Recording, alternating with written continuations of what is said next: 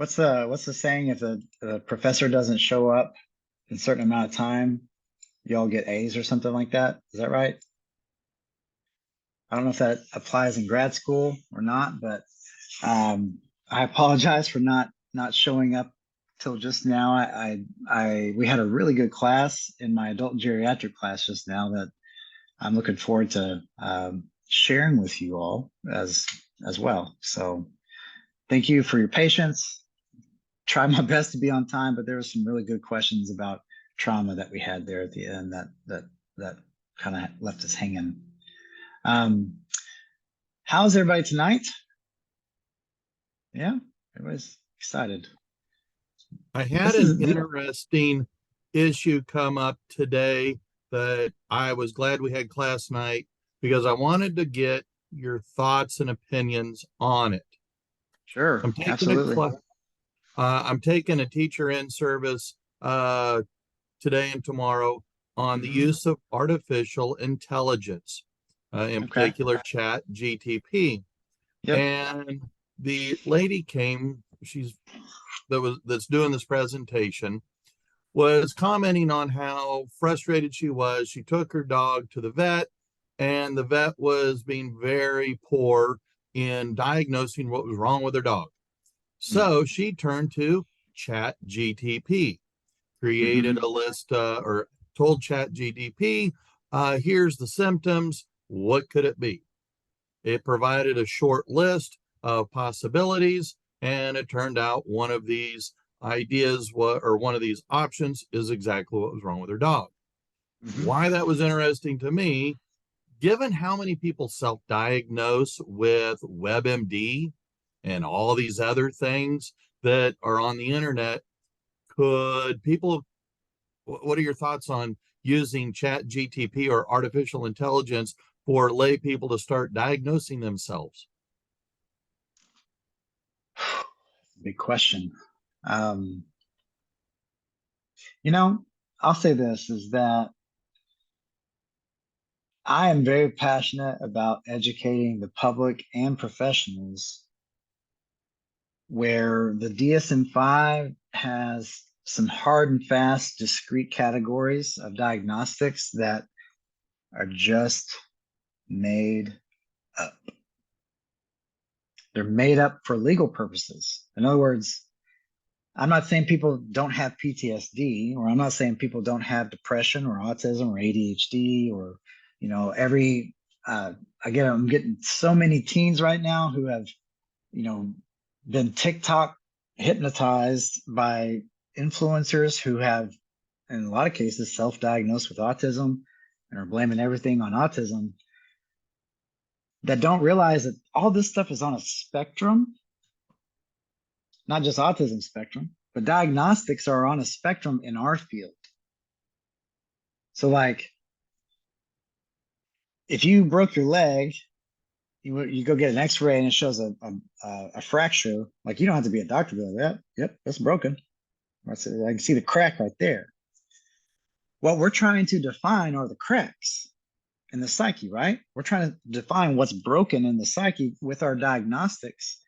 And while I'm excited about things like AI as a resource to probably speed up the efficiency of those diagnostics for people who diagnose, and that's important.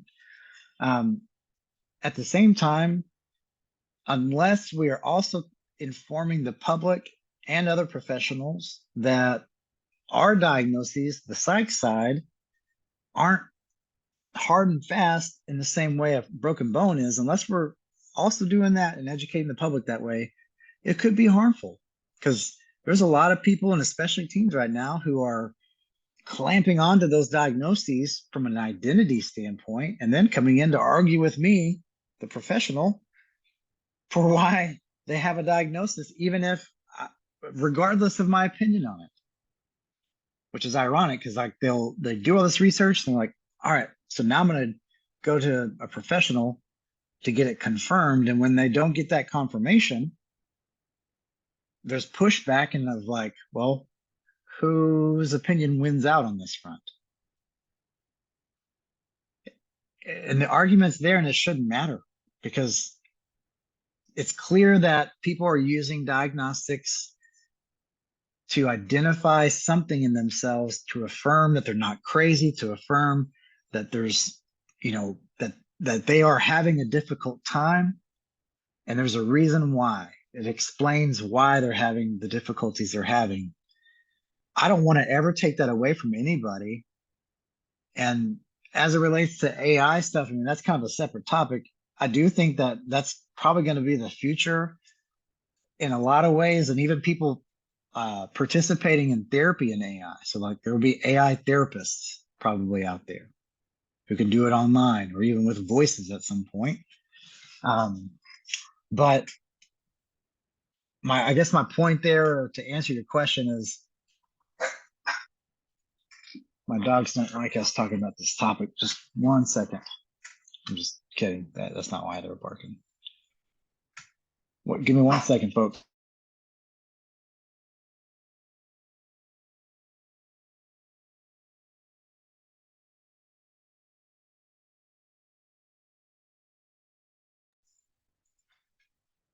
Okay, I'm back. Sorry about that.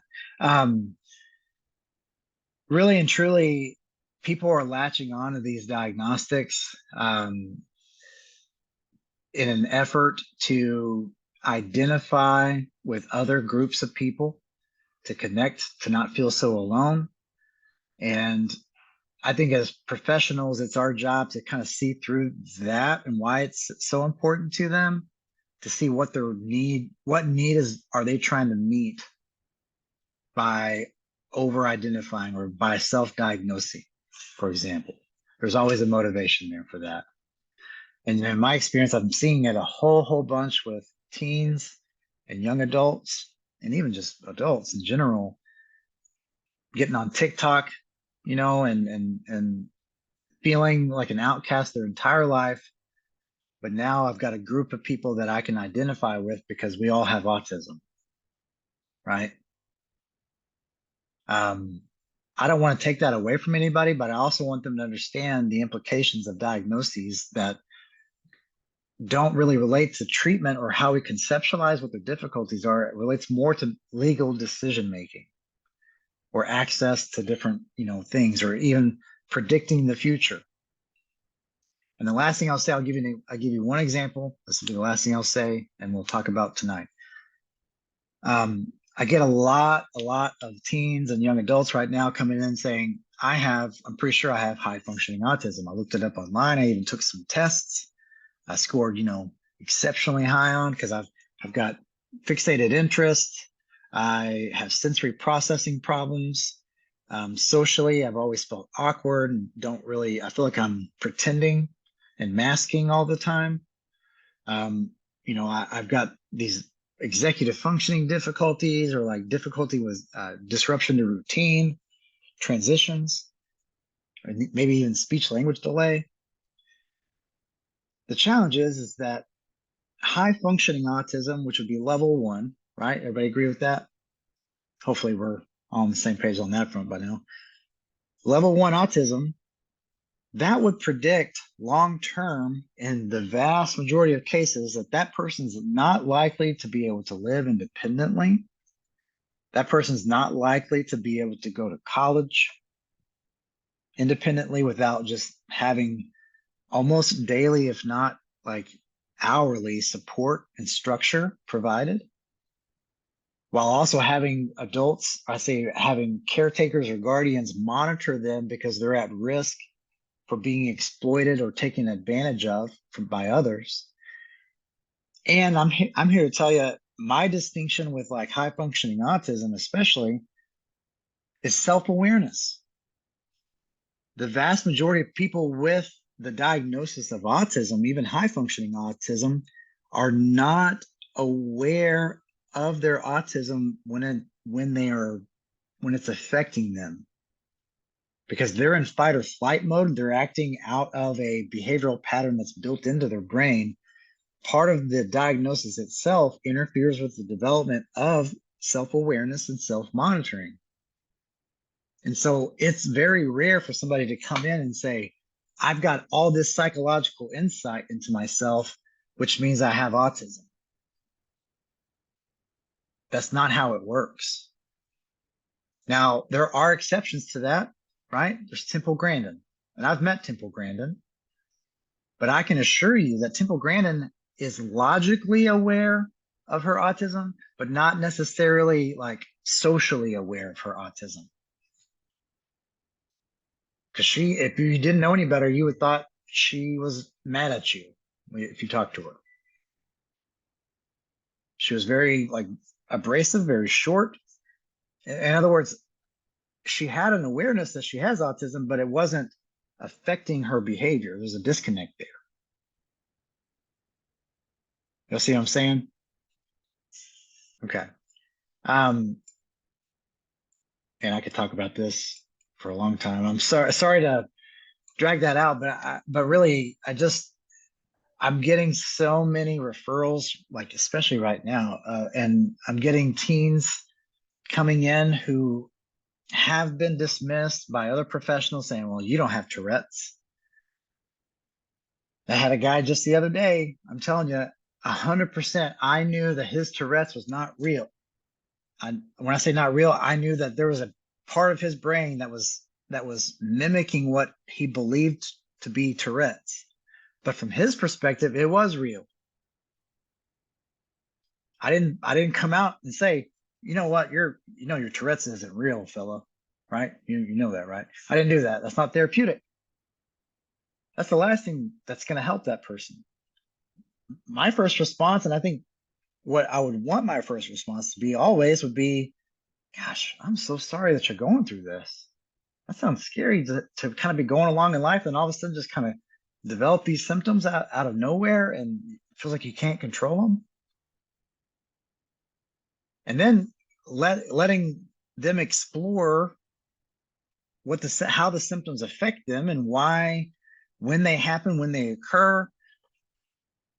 Because the truth is, even though I believed in my head, because I know I've seen neurological Tourette's more than I have probably anything else, especially in my first part of my residency. It looks more like seizures than it does actual Tourette's, what you see like on TV and stuff. But even though I had that experience, I wanted to identify where this person was finding meaning in these symptoms. And as it turns out, this person probably had autism, which would be a better way to explain their difficulties. Autism comes with a high degree of suggestibility from a personality trait standpoint. Suggestibility is the ability to be influenced by others. And this person in particular was very like spending all their time on social media, on TikTok, watching people with Tourette's and tics, some of which weren't real, and then mimicking those and then subconsciously using those whenever they were stressed out.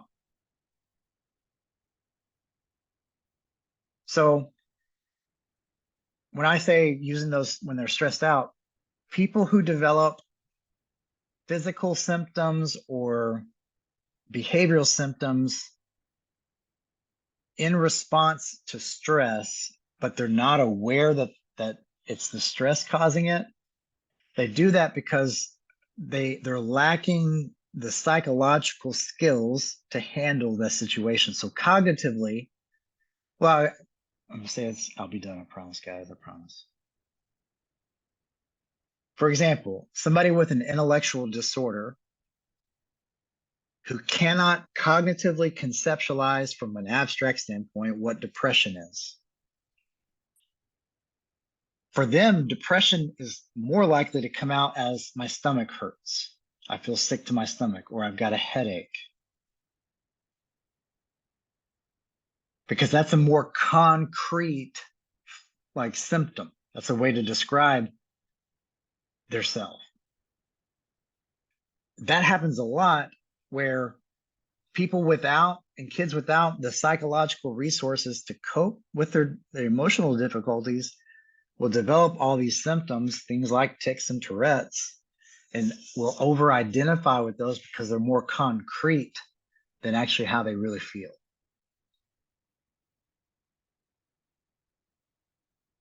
Anyway, I'm gonna pause right there. I've got a couple questions. Greg said, Dr. Armstrong, is it the case where people know just enough to be dangerous, but not enough to be fully educated? Yes. And again, it seems to, in my experience so far, it seems to be um, individuals who have high levels of suggestibility are particularly prone to that. And so, like all teens do, by the way, we want teens to have a high level of suggestibility because it's their openness to experience expands, and it needs to in order to become an adult, right? Everybody agree with that? It's the identity versus identity confusion, Erickson. That can persist into adulthood to where you've got adults doing the same thing too. But yeah, they can over-identify with it. And then we've got, do you think it's something else to be worrying? You have something like, do they have anxiety instead? And that's the thing. We've got labels for this stuff. And that's what I try to help these teens understand is these are just labels that we've made up. Everybody is on the autism spectrum. Everybody is on the bipolar spectrum. It's just that you got to have a certain amount of symptoms to have a diagnosis officially of it, but you can have it affecting you functionally before it meets the full diagnostic criteria, right? And so to land on these labels as if like I've got a broken knee, that's completely different than depression, or whether or not I meet the full diagnostic criteria for depression. And so the label has less meaning in that case. And it's more about me being able to describe, well, what do I mean by depression? How does it affect me functionally from a treatment standpoint? What do I want to make better? Whenever I say I'm depressed and I want treatment, what am I saying? What am I getting rid of? How's my life getting better? That's what matters in relation to what we do as therapists. Armstrong, Yes, sir. uh, do you think that puts more pressure on us to be able to differentiate what they think they have versus what they actually have as far as the, I guess, quote unquote, the clinical diagnosis, be able to, you know, fully educate them, the differences between what they read on TikTok versus what the actual diagnosis is. Yeah, and I think it's the therapeutic aspect of that is, I think it's our ethical duty to be their the one of their experts in their life to whom they listen about this stuff beyond just TikTok. So I think it's our ethical duty to know our stuff, but also balancing that with not just stripping them of their meaning that they're so if they come in and say I've got an anxiety disorder, I'm not going to say, well, no, you don't, it's depression, because this is why. I want to acknowledge, like, hey, tell me about why you landed on anxiety disorder and how you relate to that. Why that diagnosis instead of other ones, right? So wanting to give them the space to own it so that they're able to use, because they're conceptualizing themselves with that diagnosis for a reason. It provides them some sort of meaning, and I want to help them identify what that is, because it might be that there's another diagnosis that's even more meaningful than that, or it might be that there's none of them that can really encapsulate it all, and it might just be that we need to just describe it and how it's affecting us functionally. And that's where, like, doctors, or I would say physicians, the medical world, they treat diagnoses, right? So like they can only prescribe an antidepressant, for depression and for certain anxiety disorders unless it's FDA approved. They can't, in other words, they can't prescribe it for people who don't officially, from their perspective, meet the full diagnostic criteria. But that's not how we operate. We have the ability to provide therapy to people who don't meet the full diagnostic criteria, because we can also say it's kind of ridiculous to think that if I have autism, that I'm gonna meet the full criteria every single day of my life. What if on the day my therapy is I don't meet the full diagnostic criteria of depression or autism, whatever? Do I have to turn around and go home? You see what I'm saying? Like, that's the ridiculousness of a diagnostic system that's categorical. And so I want clients to not put the power in the diagnostics as much as it is, what am I deriving from that? Oh, well, for the autism, that's because my whole life I felt like an alien, because I get really panicky in social situations and I feel overwhelmed from a sensory standpoint. Well, okay, well, let's use autism then to describe why you've had difficulty. That's an autistic trait. It doesn't mean you have autism, but it's an autistic trait that it sounds like you have more of than most people. So we can take what's useful without having to take the whole thing with us and then carry around a stigma. So we should concentrate more on the treatment than the diagnosis. Have enough evidence to support your treatment. If you ever went to the state board, that's my rule of thumb, is in your progress notes and your documentation, when you're providing counseling to anybody, there needs to be medical necessity. And in most cases, that means a formal diagnosis using the DSM-5 TR. And a lot of times it might just be unspecified depressive disorder because you don't have enough information yet to really pinpoint it, but they're saying they're depressed, and that's what we're going to go with for right now until we get more information. That's sufficient from the state board's perspective for you to provide counseling. Not for forever, because at some point they're going to say, well, you saw them for 7 years every week and charged them, $25,000 and never treated they kept having unspecified depressive disorder. What were you doing? Was it not working? Like, that's what they're going to ask, right? Yeah, why'd you keep doing it? Right. So you've got to have justification for why you're doing what you're doing.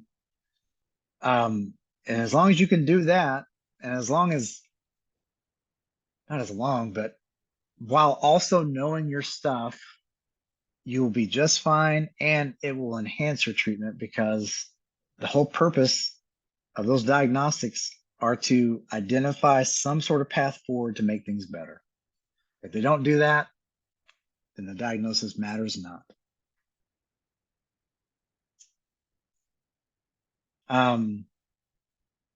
I get a lot of parents that come in, they're worried about their kid having the diagnosis or labeled as ADHD or labeled as autism or learning disorder, that kind of stuff. And I don't blame them, because you think about it this way, like, if a kiddo is diagnosed with ADHD as a kindergartner, well, and they start getting, let's say 504 accommodations, but that's going to transfer into first grade, right? And we don't know who the first grade teacher is. And that first grade teacher, we've got no idea what their perception or like their perspective on ADHD is. But all they see is, well, Johnny is getting 504 accommodations for ADHD.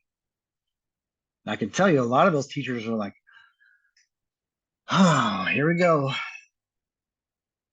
Right? Before they even meet that kiddo. And so I get it. As a parent, I don't want a teacher to view my kid in a certain light or have a bias simply because of that label. But that's where I put it, and I want to help parents be proactive with that and saying, hey, it's not that the diagnosis is wrong or that we need to hide it. It's shameful. What needs to happen is we need to protect our kiddos by educating our educators about this stuff in a way that they can accept, where it doesn't feel like you're a pushy parent, because every parent that they talk to is pushy. But I'm telling you, you buy them some Starbucks like gift cards. Just be real sneaky, be real kind and compassionate. Reach out way ahead of time and say, listen, I'm not here to tell you how to teach little Johnny. Little Johnny is sometimes a handful, but he's a good kid. I love him. He's real smart. He just has a lot of energy. But what I want to do, and I trust that you know how to do your job, but I've come across some really good resources that are brand new that have been, you know, evidence-based with science that I think might help you, not just with little Johnny, but with all the kiddos. And sharing those and saying, hey, I'm here as a resource. If you start struggling with teaching my son, little Johnny, for whatever reason, I would never be mad at you because I'm on your team. I want to help you make your job the easiest with him. Because when that happens, he's going to learn the most. He's going to be conditioned to enjoy school the most. And you're more likely going to be reinforced to keep doing what's working by his behavior. And so I'm here in support as a parent. If you need some scissors, whatever they don't buy y'all, like food. I guess y'all have lunch. I don't know if you ever eat. Do y'all even get paid to do that job? I always ask teachers that. I was like, are y'all volunteer? Like, how is it that y'all are outside of like salaried employees where you can't work more like than 90 hours a week or something like that? Everybody's working overtime but not getting paid for it as school teachers. Anyway, if you can help educate them and empower parents to do that rather than us trying to hide from these labels, it takes the power out of those labels to stigmatize, because it's not a matter of like, well, little Johnny's got ADHD. No, it's every kid has some executive functioning challenges and strengths. And we just need to do things a little bit differently with little Johnny. So anyway, that's a lot of me talking. What other questions y'all have? What I would say is, I opened it up last class too, real quick. I am more than welcome to have discussions on practicum, pre-prac, internship, licensure, private practice. I do this again. I'll do that again at the very end of the class. That's that one class at the last week of class. But I usually do it twice in the semester. And so I want to open that up tonight in case anybody has any questions on that front. And then we can also certainly talk about trauma and kind of the week 6, 7 stuff in relation to PTSD and OCD and even substance use and things like that.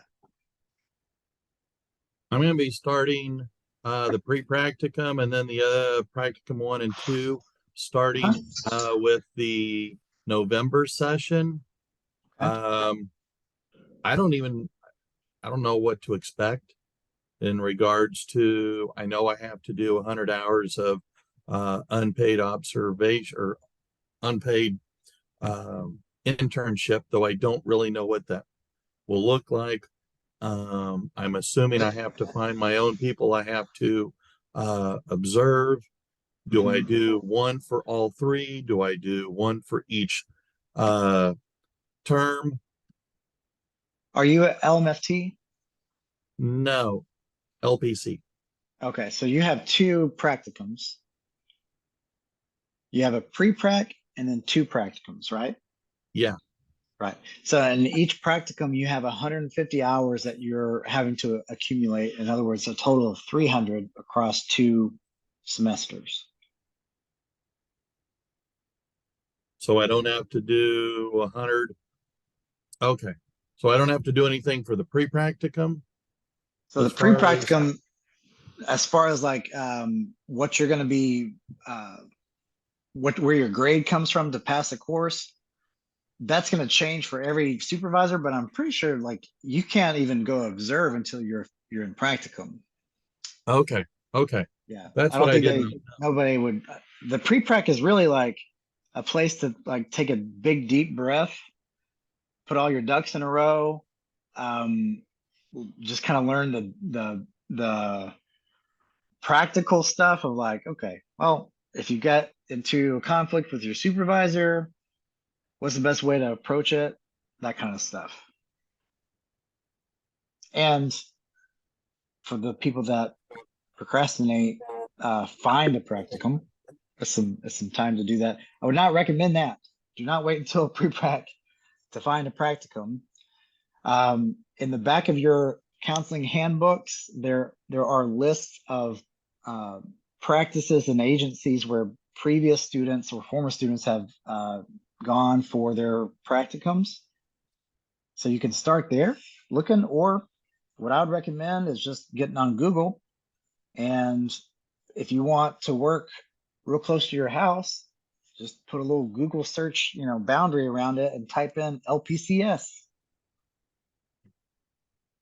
Or just, in fact, for your practicums, not your internship. Your internship is after your master's. You graduated, you've got a master's degree, then you do your internship, 3,000 hours.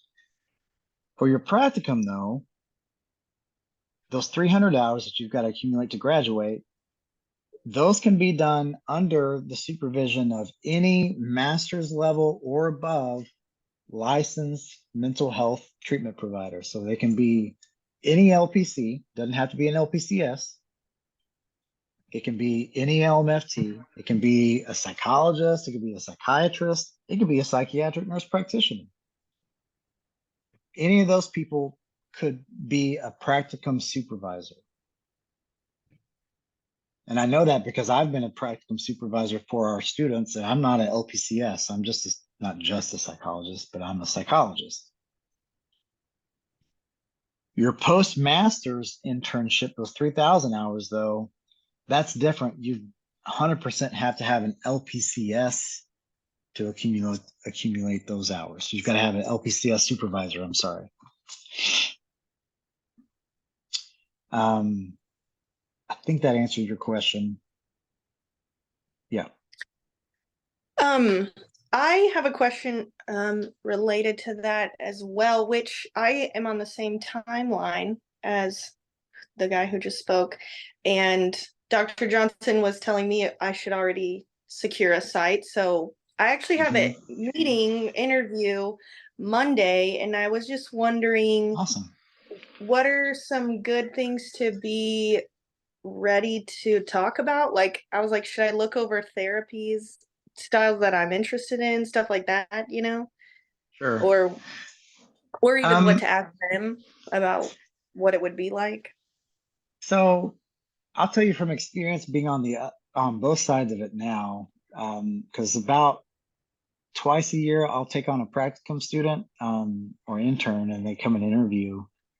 Most of the time, this is just my perspective, so it depends on who you're talking about. But most of the time, what people are looking at is personality style and goodness of fit between me, the supervisor, and this person.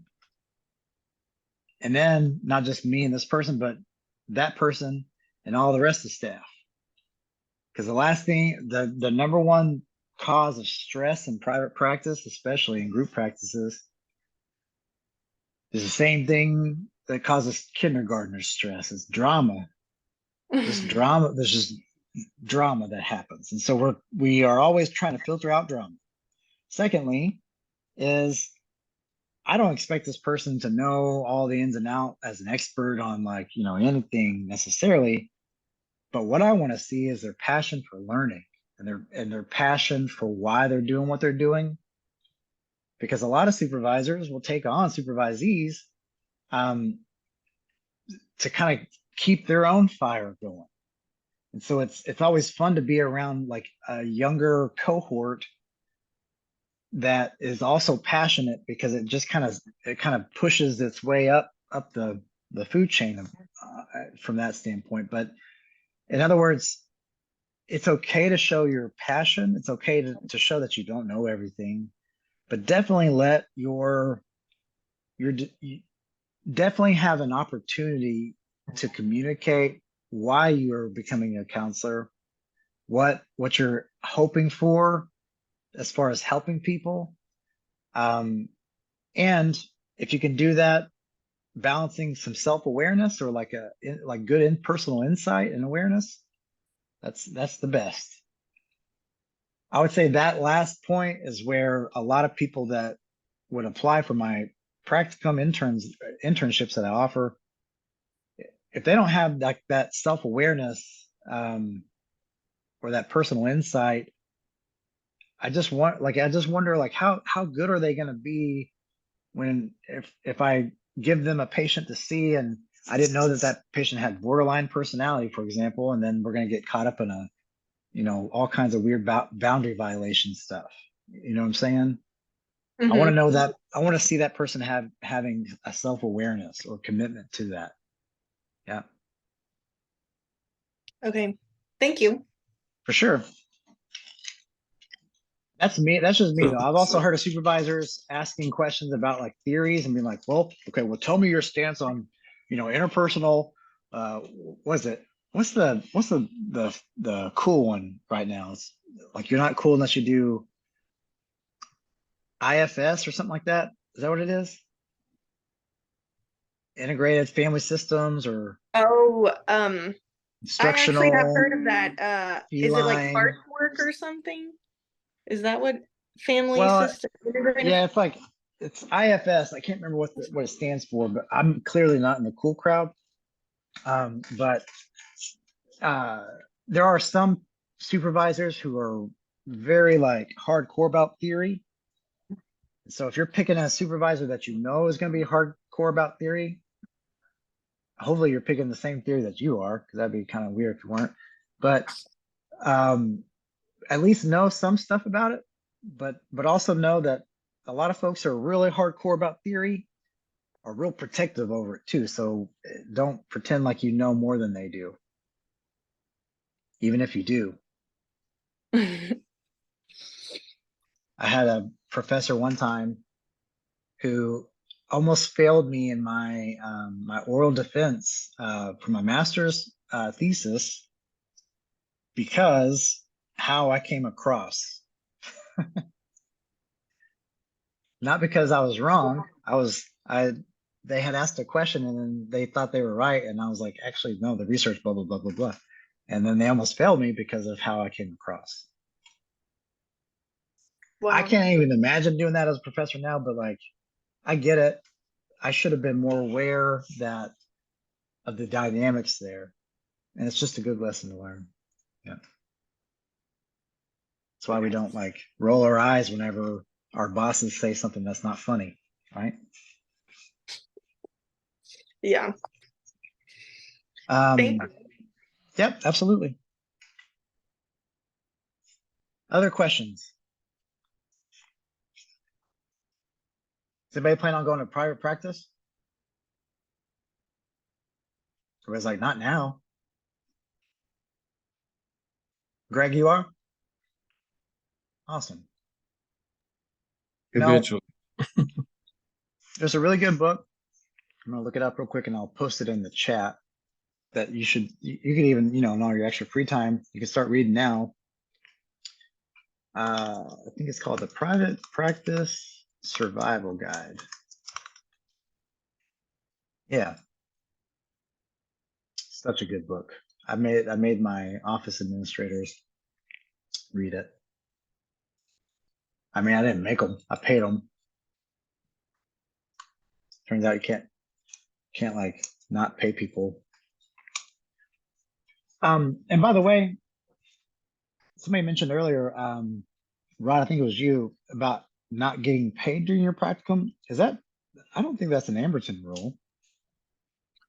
I was led to believe that during your practicums that they were unpaid, but really you can get paid for that? Because I thought it was more of a volunteer kind of thing. I mean, in most cases it is, because you're not like they're not gonna pay you to just sit in and observe, right?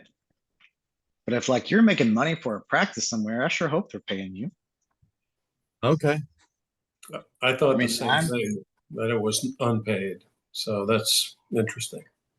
When I did my student teaching, that was all unpaid, and I was doing all kinds of work. I've Heck, I already had said to my pay stance for the with you guys. opportunity to work for free. Yeah, that what a weird world we live in. That's like the norm there. But like the practicum students I've always had, if they are seeing somebody in therapy and it's not a if it's anticipated that that person's going to pay money to the practice for their hour that they're doing with therapy, and I'm not having to sit in there and like, stop them from talking the whole time. In other words, if they're doing therapy with a client and they're making money, I will pay them to do that. I'm not going to pay them as much as I'd pay somebody with a license to do that. But I mean, it's just a odd concept to me that we ever thought it was okay to not get paid to do stuff, especially if you're paying for supervision, right? So like if you were getting free supervision, that might be your payment. But if they're charging you for supervision and you're doing things that they're making money off of, also, that's not fair. They should pay you a little bit. Clients cannot pay you directly, though. You need to remember that. Not until you're licensed.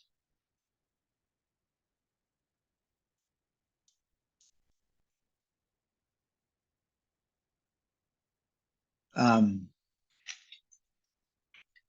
if you come across a rule, though, I'm pretty sure. I mean, I've read we have to revise the counseling manual all the time.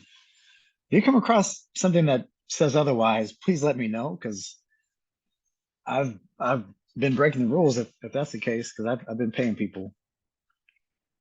I'd love to have that argument though. I'd love to be like, oh, I'm so sorry for paying people a wage for work.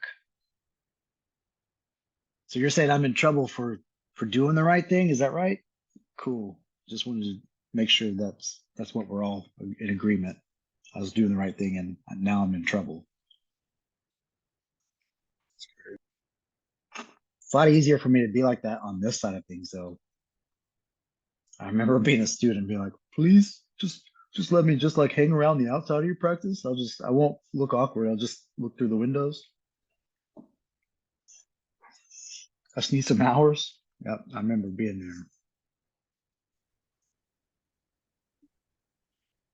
What else?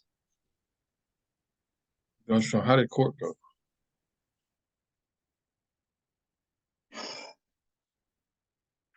It's a great question. Thankfully, we are wrapping up or have wrapped up.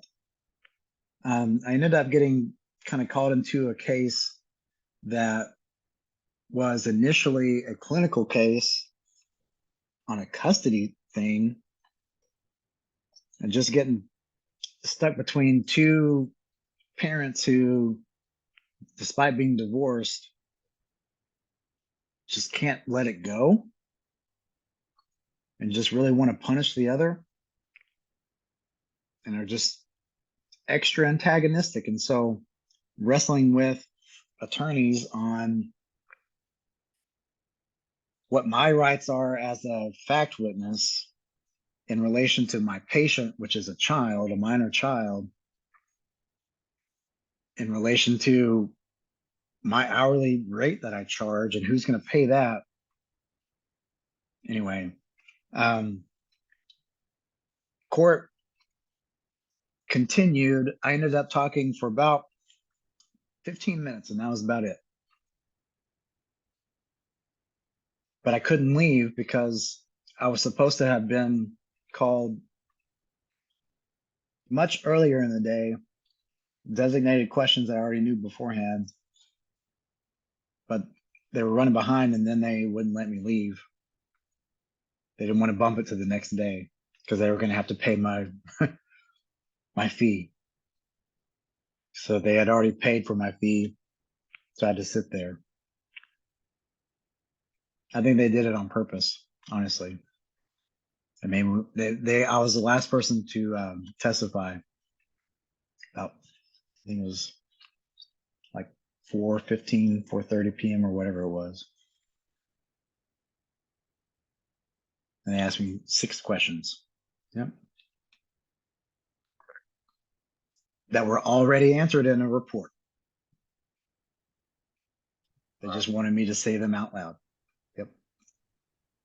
I asked the judge I literally asked the judge at one point if the judge didn't ask me questions, the attorneys did. And I said, so you're asking me a question. I'm looking at the judge that I've answered concretely right here on page blah, blah, blah, my report. Is that what you're asking? Because it's right there. Is that, you just want me to read my answer? Is that what you would prefer? And the judge was like, counsel, quit wasting our time. I was like, thank you. But she was like, but you also need to answer. Please respond. Okay, I'll read it. Guess no attorneys couldn't read. Right. Anyway. Does anybody plan on doing forensic stuff? I think we talked about this last time, maybe a little bit. When I say it's not scary at all, honestly. It's weird because the less you know about it, the scarier, the scarier it is, or it seems. There's absolutely nothing to be afraid of with it. Like, it's just like,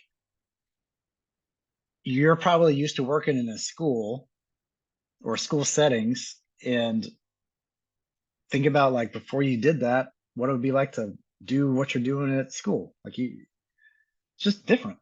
It's a different setting. That's all it is. Doesn't mean that you're going to get arrested. Like, I always get nervous. I have no reason to, but I get nervous around police. I get nervous around like judges and like attorneys. Like, everybody's real serious and like, okay, well, raise your right hand, promise not to lie, and only tell the truth.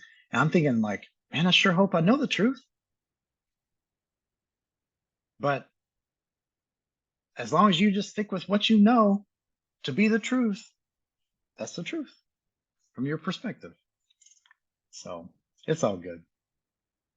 I do need to wrap us up probably here pretty quick, but I would say that if you haven't had a chance to look at any of Robert Sapolsky's stuff, I'm gonna type his name in there. What else in the whole class message? Here we go. Robert Sapolsky. And he is the author of Why Zebras Don't Get Ulcers. And it's another book that I'm soon to start reading.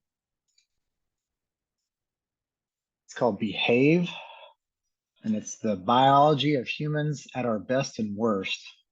It's supposed to be really good. But you've probably heard of the books like The Body Keeps the Score, things like that. Sapolsky goes into more detail on the neurobiology side in a way that's digestible for anybody. And actually, not just that, but he makes it interesting and funny. Like, he's actually a good presenter, a good author. Like, he writes in a way that makes it hard to stop reading. And it will help you, the more you know about what he goes over, talking about like the stress response in the brain and the body, talking about the different hormones and how they affect behaviors and even development. The more you know about that stuff, the better you're going to be able to conceptualize and even educate your clients on things like anxiety disorders and trauma. Because I'm here to tell you, once you know the biology behind it, especially with trauma, you'll perceive like the diagnosis of PTSD as being one section of a whole spectrum of what is trauma or traumatic related or trauma related symptoms, only some of which are officially diagnosed, but all of which can be targeted in treatment and therapy. And I'll give you an example. Well, yeah. So this was whenever I was cynical with EMDR initially. I don't know if you ever heard of EMDR. It's eye movement desensitization reprocessing. You've got to have bilateral brain stimulation.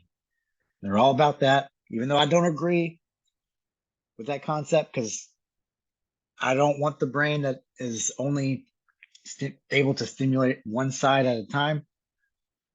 In other words, our brains are constantly being stimulated bilaterally, so I don't need a light to go across my screen in order for that to happen. Or those little goofy paddles that they make me hold. With that being said, I can tell you that EMDR is extremely effective at treating trauma because it does take a biological perspective in intentionally desensitizing one's cognitive processes and dissociating those from one's emotional state, allowing more objectivity and feeling more in control over how you feel as it relates to traumatic memories. Because our brain needs to have a system that won't forget when you almost died, right? We need our brain to remember those episodes in order to keep living. That's why when we put our hand on the pan when we're little kids, I remember doing that. I remember my mom was like, she was making chicken fried steak with deer meat. That's where I grew up. And I remember hearing it pop, and I had no idea. I just remember like, whoop, put my hand up there, and it was hot. I remember that, but I can tell you, my brain will never forget to not put my hand on the stove like that. I need that memory to be embedded in there. Now, the problem is that when those memories are so powerful that if I stopped eating after that happened and associated all food or all prepared food, cooked food with that event, and I was avoiding it, it begins to become reinforcing itself through what's called negative reinforcement. I feel, anxious unless I avoid it. That is negative reinforcement, right? I feel better, in other words, if I avoid it. When it starts to get negatively reinforced, then you start a generalization of it. So now it's not just I'm avoiding food, but I'm also avoiding any drinks, any water. I stopped drinking water. I stopped being able to go to the cafeteria at school as a kid, or stop, not my parents can't go through the drive-through somewhere because the smell of food even makes me start having a meltdown. That's when it becomes diagnosable. Even though it started as a very built-in function of the brain. And this is where and the last thing I'll say, and I do have to switch over, but especially with trauma, I want to emphasize the fact that we live in a broken world. The fact that we develop PTSD symptoms in response to situations and experiences that we should never have experienced doesn't make us broken, right? A veteran who's fought in a war and seen some terrible things has those symptoms, not because they're psychologically weak, but because they should never have been exposed to that level of trauma. Does that make sense?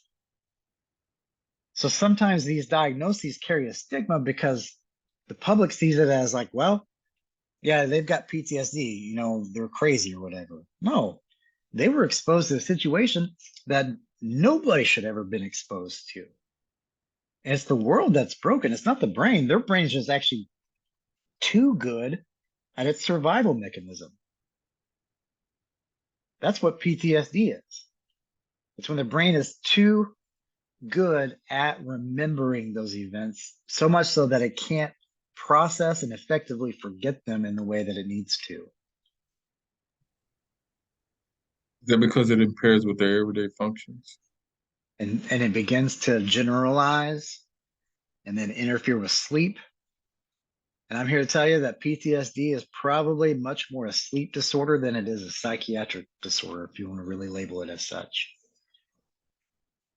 Because when you have trauma and you can't get enough REM sleep, especially as a kid, your brain is biologically incapable of processing and appropriately deconditioning itself. That's what REM sleep does. But every time you have a dream, you wake up, sweating and panic mode and fight or flight mode because you're re-experiencing that trauma. It gets reinforced because now it's negative reinforcement. You were rescued out of that traumatic dream. So then you begin to associate sleeping with the experience of having those panic attacks, and you stop sleeping, which further impairs your frontal lobe's ability to filter out those intrusive thoughts and anxieties. And it's just a repeating circle. So if we can get people and children and adolescents and adults, if we can get them to sleep and stay asleep, their brain can heal the way it should. That's the whole point of the MDR bilateral stimulation is to mimic the rapid eye movement sleep that we get at night. So, okay. I hope some of this rambling was helpful. Like I told my last class, I remember having professors just like, I mean, if you can believe it, some of them worse than I, with their just nutty rambling. You would ask one question and then 7 hours later, they would finally answer it after they've talked about every other topic that could possibly associate with whatever question you had. So I remember that, but I remember, and my hope is that some of this information will spurn your own passion, where you start, like, with Sapolsky's book, for example. I didn't know who that was until I had a professor randomly say it, and I was like, well, what in the world kind of book is Why Zebras Don't Get Ulcers? So I went and looked it up and used it to procrastinate on a paper or something. I was just reading it instead of writing my paper in grad school. Then I was like, this makes a lot of sense. And I started integrating it into what I was doing and then learning more about it, like by reading the resources from it. And that's what I'm hoping for you guys, is that some of this stuff is going to push you in your own direction, and it's facilitating just a passion, helping you steer. That's my goal. But I better leave now if I want my students not to peace out on me for my next class, because again, it's you get 15 minutes and then everybody gets A's. You all get A's tonight, okay? A's in life. I can give out life A's. I can't promise your grades are going to be A's, but I can promise you have an A from my perspective. Hey, y'all have a great night, and we'll see you next week, next Monday. All right, take care.